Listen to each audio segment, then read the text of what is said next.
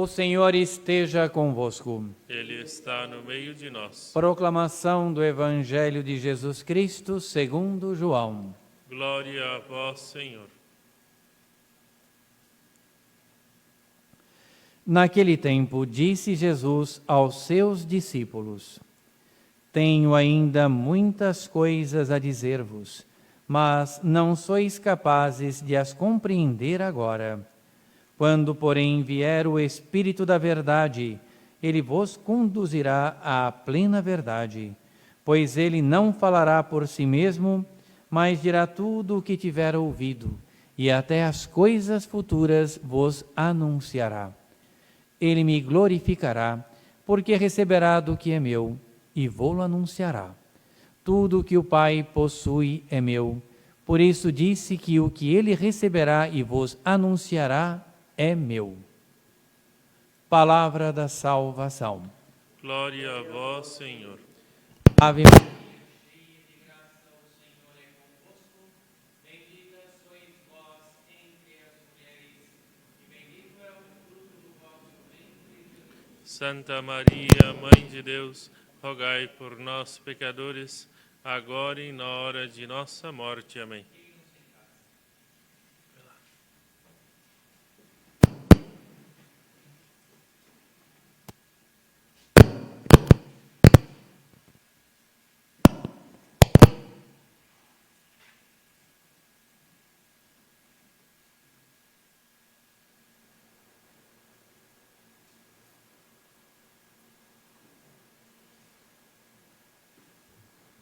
Passa aqui.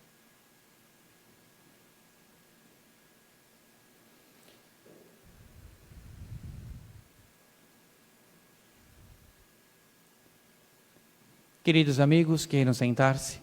É um pequeno problema técnico, então nós faremos hoje a homilia desde o altar. Então, hoje nós temos essas significativas leituras, por onde nos Atos dos Apóstolos nós vemos mais uma vez o périplo de São Paulo apóstolo. Hoje ele está no Areópago, aquele lugar onde só aquelas sumidades da filosofia podiam se aventurar a fazer uma pregação para todo aquele povo, todo ele feito a filosofia, mas infelizmente nem todos tocados pela graça da fé. Gostavam de ouvir pessoas capacitadas falar, contanto que não falasse muito das coisas espirituais e sobretudo aquilo que vem depois da morte, que é a ressurreição. Nós vemos que São Paulo, apóstolo, preparou com todo o esmero e contando sobretudo com a graça, para que aqueles povos gregos, filósofos por excelência, pudessem ser tocados no coração, não só na inteligência. Então ele rezou certamente muito a Deus, a Nossa Senhora, para que ele fosse inspirado a dizer palavras que tocassem profundamente os corações do povo grego. Nós vemos que até numa primeira parte estavam entretidos com as palavras de São Paulo apóstolo, porque sem dúvida devia ser um homem de um tal entusiasmo, de um tal calor que ele transmitia nas palavras, que evidentemente ele era atraente. Então estavam ali todas aquelas sumidades ouvindo a pregação de São Paulo. E São Paulo, andando por aquelas regiões gregas, notou isso, uma coluna, um altar que não tinha Deus nenhum, porque de tal forma eram feitos para adoração de ídolos, que até o Deus desconhecido tinha um altar. Aí podem imaginar até onde caminhava o devaneio daqueles povos pagãos. Adoravam tudo e a todos, bastava ter uma estátua, um pedaço de pau esculpido ou fundido em metal, que estavam ali adorando. Mas nós vemos que o Deus verdadeiro, nosso Senhor Jesus Cristo, esses eles não prestavam culto de adoração. E era justamente esse que São Paulo queria pregar, para que eles se dessem conta, ele é o Criador do céu e da terra. Ele criou o universo, ele criou o ar, ele nos criou, ele nos sustenta. Então esse Deus que vocês chamam de desconhecido, que eu vim torná-lo conhecido no dia de hoje, para que vocês possam prestar esse ato de adoração ao único Deus verdadeiro. E aí então, estavam ainda entretidos, até o momento que São Paulo fala da ressurreição, da vida eterna. Aí começam a debochar, começam a caçoar. E aqui nós vemos, queridos irmãos e irmãs, até a falta de respeito. porque eram povos tão capacitados, mas não tinham o respeito básico, inclusive, de ouvir alguém pregar a sua doutrina. Onde é que está essa abertura de adorar tudo que é Deus, mas não querem ouvir a pregação de alguém que, com toda certeza, prega porque conhece a Nosso Senhor, prega porque aprendeu de Nosso Senhor e prega porque sabe que existe a eternidade, em que chegará o momento em que Deus vai nos chamar.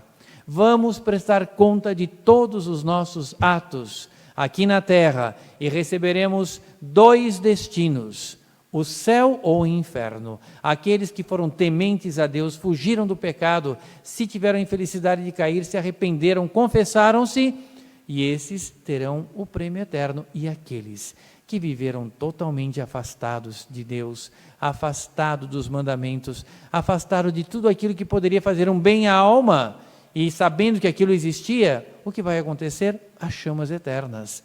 Inclusive, em uma das aparições de Nossa Senhora de Fátima, a 3ª aparição, nós sabemos que Nossa Senhora fez com que os pastorinhos conhecessem o inferno. A terra se abriu e ali eles viram as almas daqueles que eram condenados ao inferno. Eram mais numerosos que as folhas das árvores na Europa caem no outono. Pareciam aquelas fagulhas das fogueiras, de tão numerosas que eram as almas que infelizmente se condenavam. E é por isso que aquelas 3 crianças procuraram fazer de tudo para que os pecadores se convertessem e abandonassem o pecado. É o que São Paulo está fazendo aqui.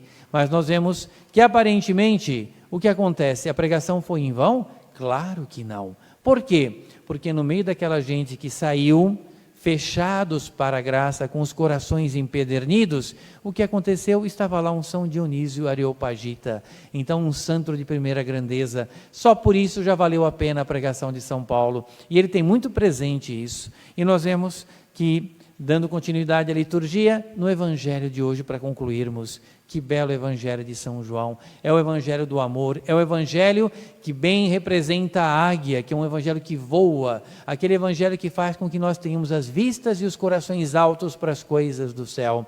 Então, nesse Evangelho, Nosso Senhor diz: eu preguei tudo e eu fui muito claro em tudo aquilo que preguei, mas mesmo assim, para que vós possais conhecer e entender, é preciso que venha o Paráclito. Para isso é preciso que eu me vá. E eu indo para o céu na minha ascensão, o que vai acontecer? Eu enviarei o Paráclito, o Divino Espírito Santo, para que haja uma transformação da face da terra.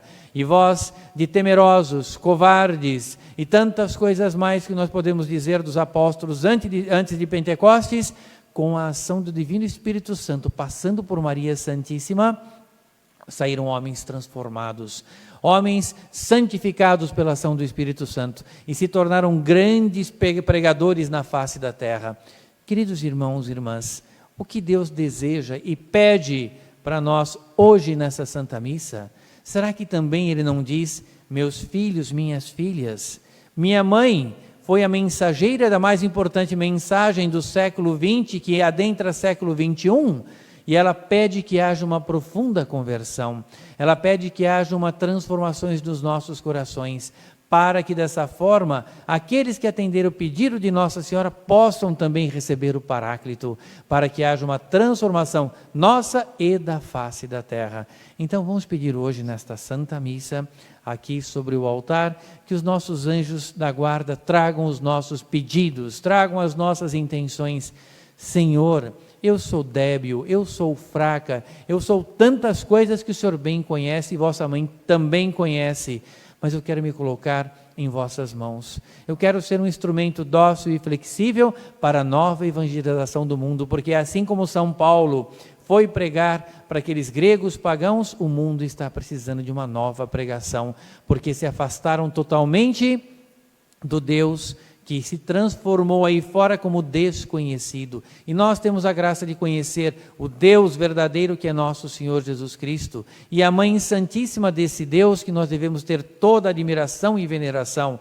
Então vamos pedir que nós possamos ser, como foi dito no início, arautos do Evangelho, na pregação dessas verdades magníficas, arautos de Fátima, para que possamos proclamar e fazer conhecer a mensagem de Maria Santíssima para a face da terra. Louvado seja nosso Senhor Jesus Cristo. Para sempre seja louvado.